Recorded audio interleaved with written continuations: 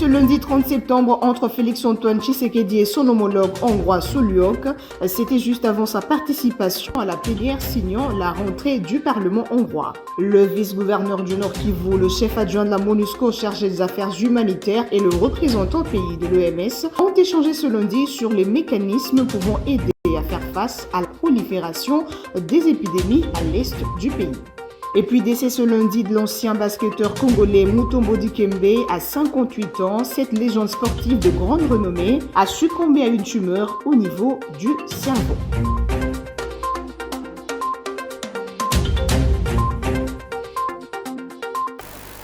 C'est un plaisir de vous revoir, Madame, Messieurs, bonsoir et bienvenue à cette grande édition à la une de l'actualité.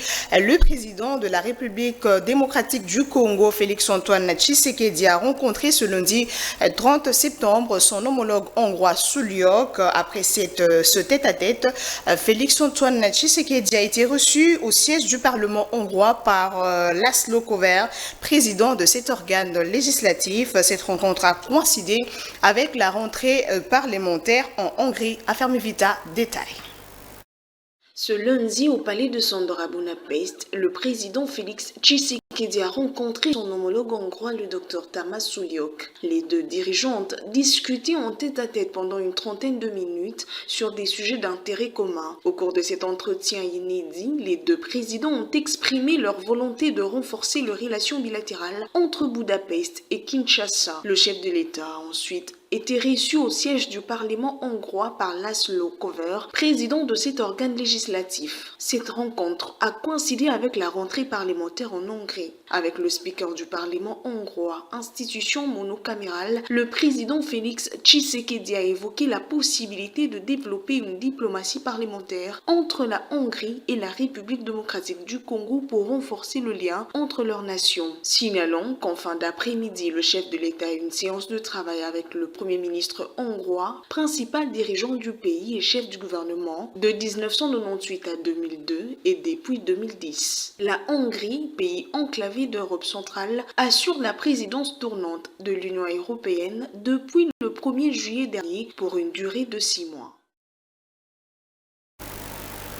Et puis l'accord cadre signé entre la République démocratique du Congo et la Chine le 6 septembre dernier permet donc de réaliser un développement durable et une croissance inclusive. Le rappel de cet accord a été fait par le ministre du Commerce extérieur. C'était lors de la 15e réunion du Conseil de ministres. Les détails avec Patrick Issot. Regardez. La première note d'information a porté sur l'accord cadre de partenariat économique entre le gouvernement de la RDC et la République populaire de Chine pour le développement partagé. Celui-ci a été signé à Pékin le 6 septembre dernier. Son objectif, réaliser un développement durable et une croissance inclusive. Le ministre du Commerce extérieur qui a présenté cette note d'information a relevé que cet accord cadre servira de base aux négociations bilatérales plus pragmatiques autour de 4 modules énumérés par la ministre de la Culture et Arts dans son compte rendu. Le commerce plus facile pour favoriser l'exportation des produits entre les deux pays et promouvoir ensemble la libéralisation et la facilitation des échanges de marchandises et de services. Le développement plus inclusif pour améliorer l'inclusivité de l'économie de chaque partie et intensifier la coopération en matière de développement vert. La chaîne d'approvisionnement plus résiliente pour mettre en place des mécanismes de facilitation des investissements de manière à permettre à la République démocratique du Congo de réaliser la montée en gamme de ses industries. Et enfin, les domaines de développement plus modernes, échanges numériques, commerce électronique, services logistiques, afin d'aider la République démocratique du Congo à réduire le fossé numérique.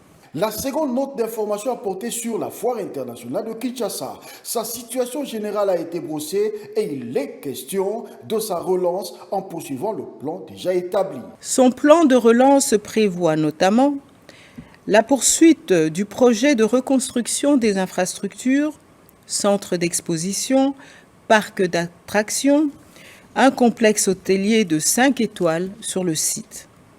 par la firme Milvest, mais aussi l'obligation à la Société immobilière du Congo, SIC en sigle, d'achever le projet de construction de 1000 logements, car seuls 136 appartements ont été construits à ce jour. Ces deux notes d'information présentées par Julien Paluku ont été actées par le Conseil des ministres. Et dans le volet sécurité, l'état de l'administration du territoire est calme. La situation a été présentée lors de la 15e réunion du Conseil des ministres. C'est le vice-premier ministre en charge de l'intérieur, sécurité, décentralisation et affaires coutumières qui a procédé à cette présentation. Patrick Issou, une fois de plus. Cette 15e réunion du Conseil des ministres a traité divers points dont celui relatif à l'État et à l'administration du territoire. Présenté par le vice-premier ministre en charge de l'Intérieur, sécurité, décentralisation et affaires coutumières, celui-ci qui demeure calme a été marqué par plusieurs éléments, a fait savoir la ministre de la Culture et Arts, Yolande Elébé, dans son compte rendu. Le soutien de l'opinion nationale quant à la déclaration faite par le président de la République, chef de l'État, lors de son intervention devant la tribune de la 79e session de l'Assemblée générale des Nations unies. L'aggravation des conditions humanitaires de nos populations déplacées dans différents sites d'hébergement et milieux d'accueil autour de Goma et d'autres localités. L'attente de la population de voir les prévisions budgétaires prendre en compte l'amélioration des conditions de vie à la fin de la session budgétaire de l'Assemblée nationale. Jacquemain Chabani a dans son exposé présenté quelques points saillants sur le plan sécuritaire dans certaines provinces du pays. Dans le même registre, il a porté à la connaissance du Conseil sa participation au Forum des ministres de l'Afrique centrale et en charge de la sécurité. À l'issue des travaux, le vice-premier ministre congolais de l'Intérieur a réussi à arracher de la CEMAC la révisitation des options pour permettre à la RDC de jouer son rôle d'État fondateur du CCPAC.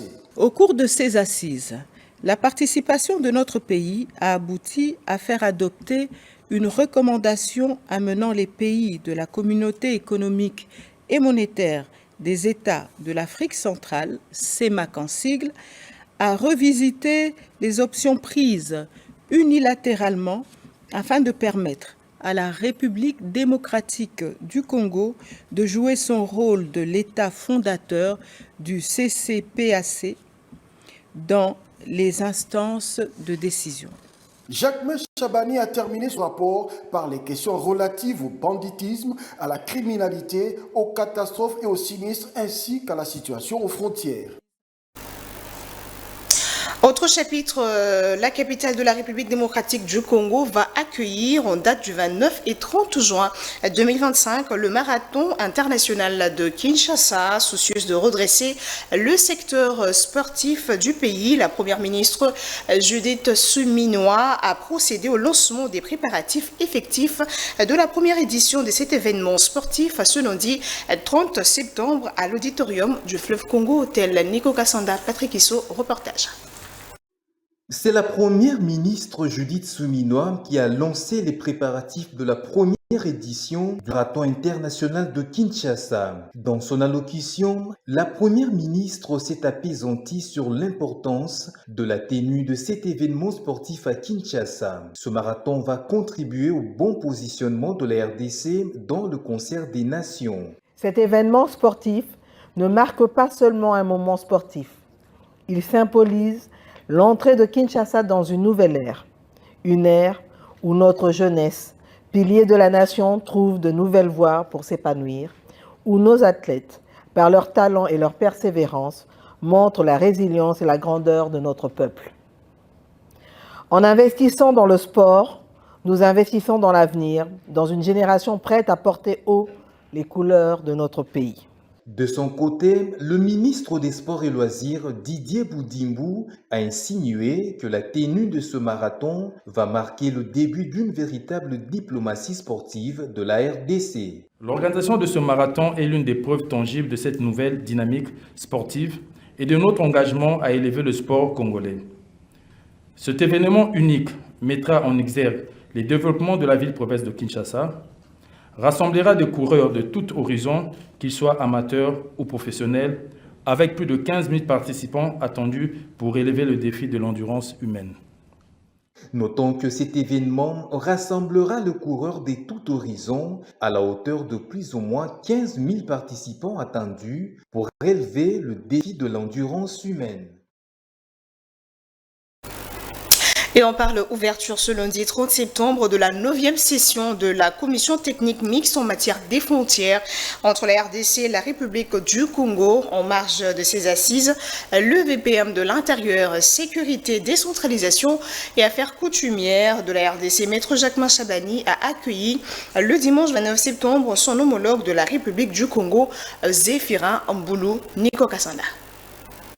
Il était exactement 14h20 du dimanche 29 septembre, heure à laquelle le bateau transportant à son bord le ministre congolais de l'Intérieur, Décentralisation et Développement a accosté sur le fleuve Congo. Au Bichingo Bila, le patron de la territoriale de la République du Congo est accueilli par son homologue, le vice-premier ministre de l'Intérieur, Sécurité, Décentralisation et Affaires coutumières de la République démocratique du Congo, Maître Jacquemin Chabani Luko. Zéphirin Mboulou, ministre de l'Intérieur congolais, est venu participer à la 9e session de la commission technique mixte en matière de frontières entre la République démocratique du Congo et la République du Congo. Bien avant la cérémonie d'ouverture de la 9e session de la commission technique en matière des deux frontières, une rencontre a été prévue entre les deux chefs d'experts du Congo et de la RDC pour un agencement de projet en vue de bien programmer les travaux.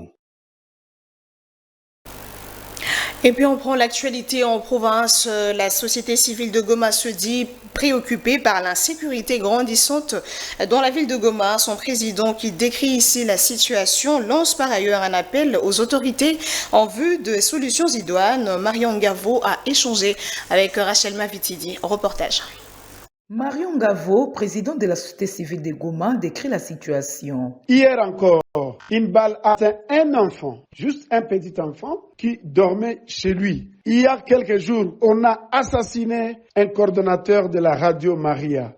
Hier et avant-hier, on a retrouvé 2 corps de personnes tuées, un à Ndosho, un à Birere. Les hôpitaux sont pleins de personnes qui sont blessées. Cet acteur de la société civile évoque par ailleurs quelques raisons de cette insécurité grandissante. Nous avons une surmilitarisation dans la ville de Goma. Ceci cause une insécurité car tous ces militaires apparemment ne sont pas coordonnés et ils ont une logistique de mise pour se prendre en charge qui sont incontrôlés. Nous avons aussi des faux Azalendo qui circulent dans la ville avec les armes. La société civile donne quelques recommandations au gouvernement national. La société civile demande au gouvernement national de remettre de l'ordre dans la gestion des unités, d'assurer la logistique de toutes les forces en place, mais aussi de coordonner, n'est-ce pas, les opérations en proposant aussi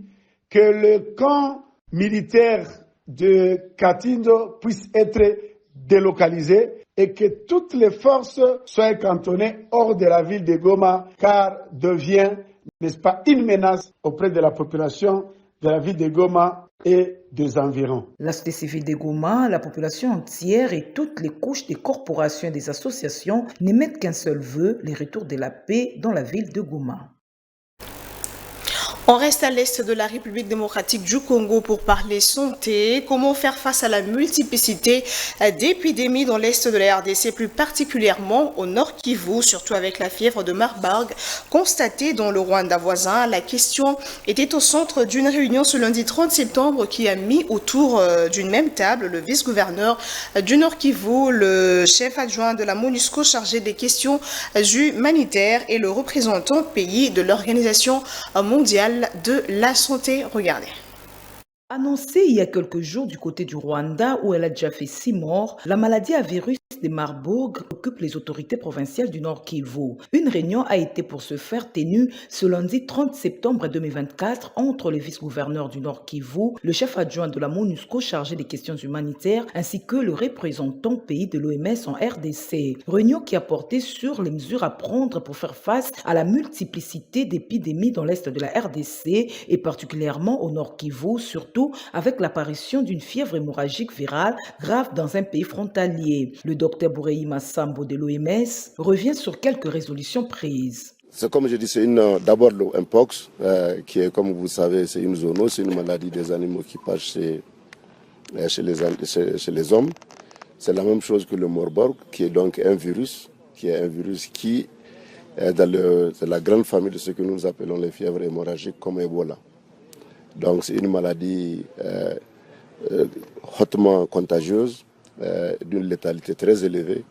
Les premières données que nous avons ici au Rwanda, nous avons un taux de létalité de 26%, et ce qui est énorme. Et vous savez aussi que la protection contre le Marburg, c'est des protections très difficiles, c'est comme le Ebola.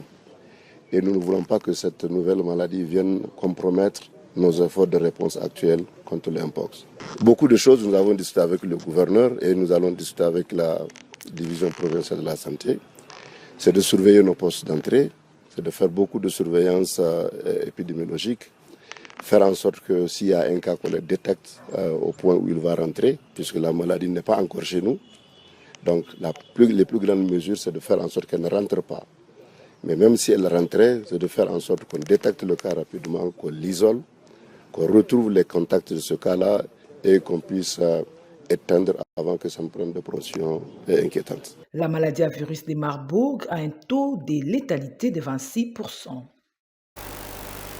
Et dans un rapport publié ce lundi 30 septembre, Médecins sans frontières alerte sur une hausse dramatique des violences sexuelles en République démocratique du Congo. Ce rapport fait état de plus de 25 000 victimes en une année, soit plus de 2 victimes par heure. On en parle avec Affermi Vita.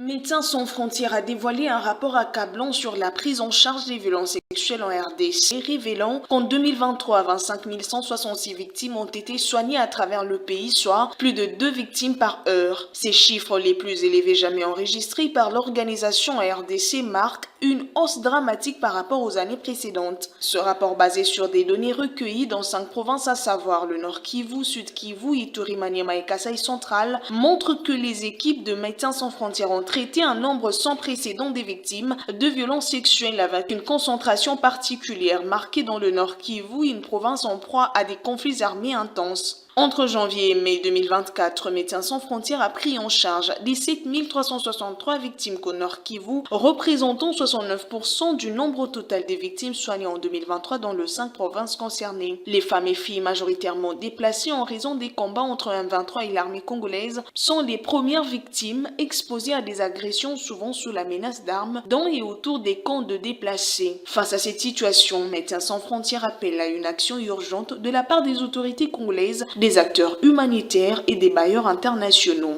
Le rapport met également en lumière que 98% des victimes soignées en 2023 sont des femmes et filles, dont 10% sont mineurs. Les violences sexuelles en RDC constituent une urgence médicale humanitaire de premier ordre. Médecins sans frontières appellent de ce fait à des actions concrètes et immédiates pour enrayer ce fléau et protéger les populations civiles, notamment les femmes et filles, qui en sont les premières victimes.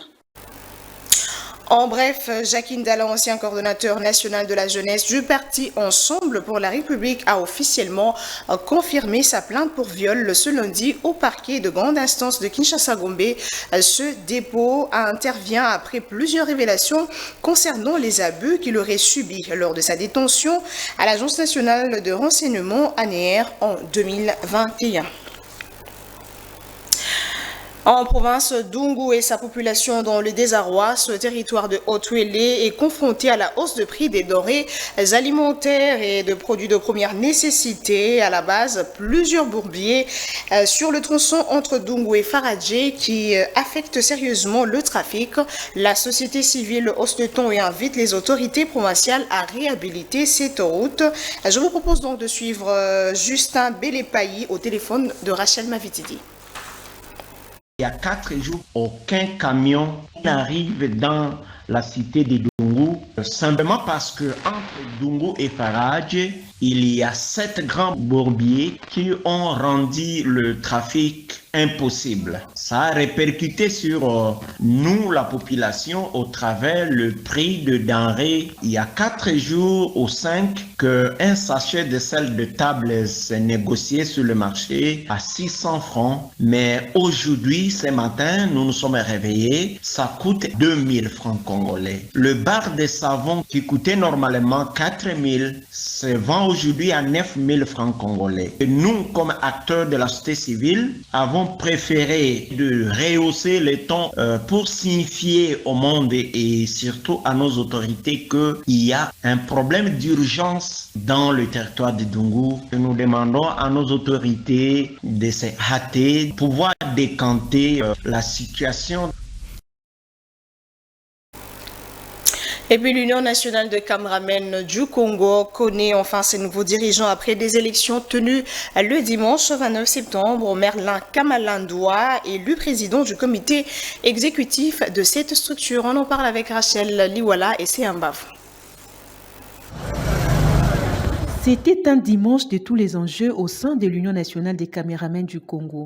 Environ 200 électeurs ont répondu à l'appel afin de pouvoir décider sur l'avenir de leur association. À la présidence, c'est Merlin Kamalandoua qui a été élu avec 100 voix contre 74 et 6 voix pour ces deux challengers.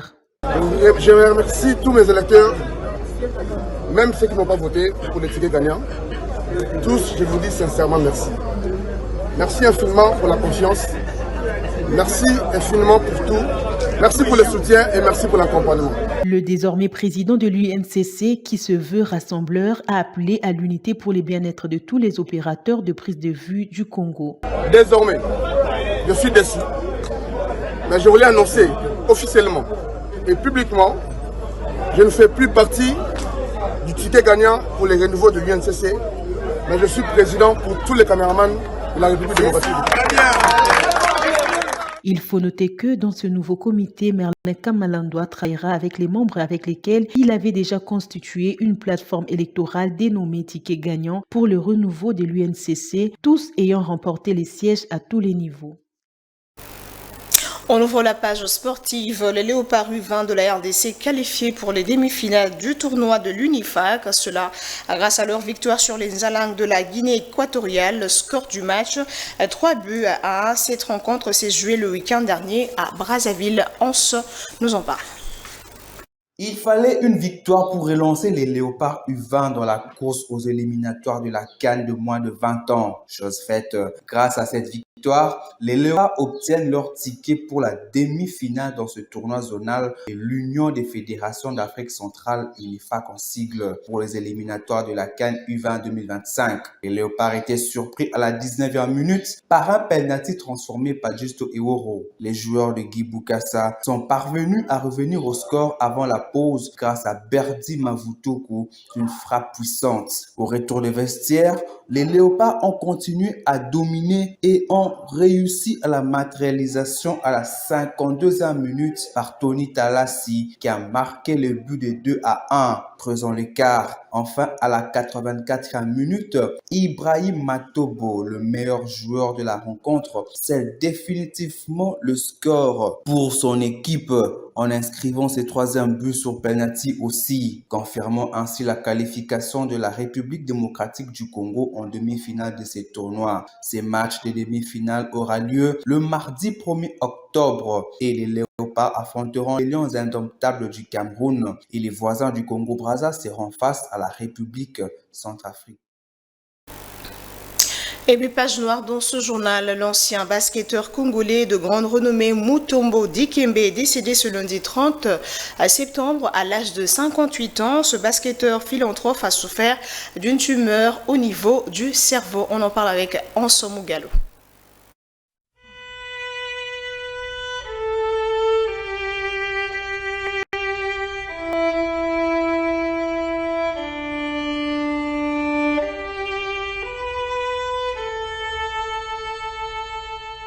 Il Il ne fait plus partie de ce monde. Il, c'est le célèbre ancien basketteur congolais Mutombo Dikembe. La grande figure de la NBA des années 90 est considéré comme l'un des meilleurs défenseurs de l'histoire. Le géant congolais de la NBA a tiré sa révérence à l'âge de 58 ans d'une tumeur au cerveau. Drafté en 91 après avoir joué 3 ans pour la prestigieuse université de Georgia Tower, le pivot congolais a évolué 19 saisons dans la grande ligue américaine à Atlanta, Philadelphie, New York et Houston, où il a fini par prendre sa retraite en 2009 à l'âge de 42 ans. Il a été élu meilleur défenseur de l'année 4 fois, soit en 95, 97, 98 et 2001. Un record qu'il partage avec Rudy Gobert grâce à sa taille 2,18 m. Il a achevé sa carrière au 20e rang de meilleur rebondeur de l'histoire de la NBA et surtout son deuxième contreur le plus prolifique derrière Hakeem. Sélectionné au All-Star Game à 8 reprises, Mutombo Dikembe a joué 2 finales en 2001 et 2003 sans gagner un seul titre et son emblématique numéro 55 a été retiré. Après sa retraite sportive, Mutombo Dikembe s'est impliqué dans plusieurs missions caritatives. Il a financé en 2015 la construction d'un hôpital à Kinshasa et une école dans le Kasaï oriental, plus précisément dans la ville de Mbujimayi. Mutombo Dikembe, la légende manquera à la population congolaise et aux sportifs du monde entier. Repose en paix. Voilà, que son âme repose en paix. En Afrique du Sud, le bilan des fusillades perpétrées le week-end passe de 17 à 18 personnes. Une nouvelle personne est décédée ce lundi. L'annonce a été faite par les autorités du pays. Suivez.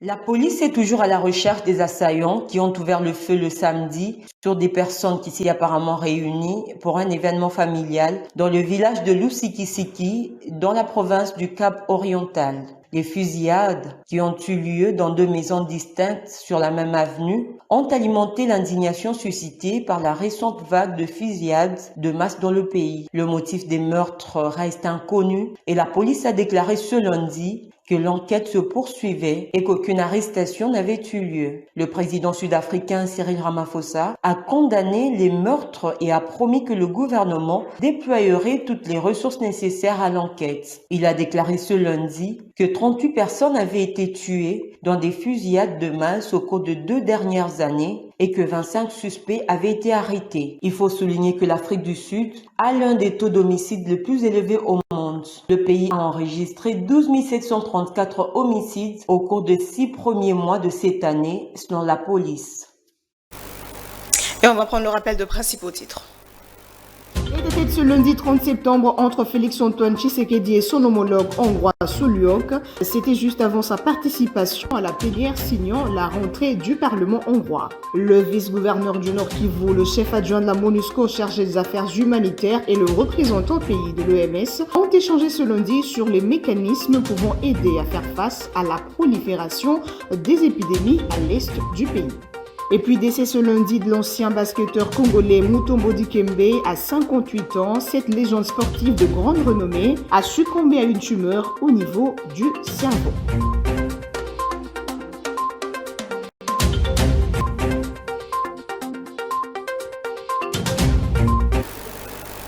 Et avant de boucler complètement ce journal, clin d'œil spécial à Ida Maloba, journaliste, reporter et présentatrice du journal et de l'émission Paramètres qui fête son anniversaire ce 30 septembre. Tous les personnels de Vert Pâturage lui souhaitent une longévité et heureuse vie sur Terre. Madame, Messieurs, c'en est fini pour ce soir. Merci de votre fidélité. Bonsoir.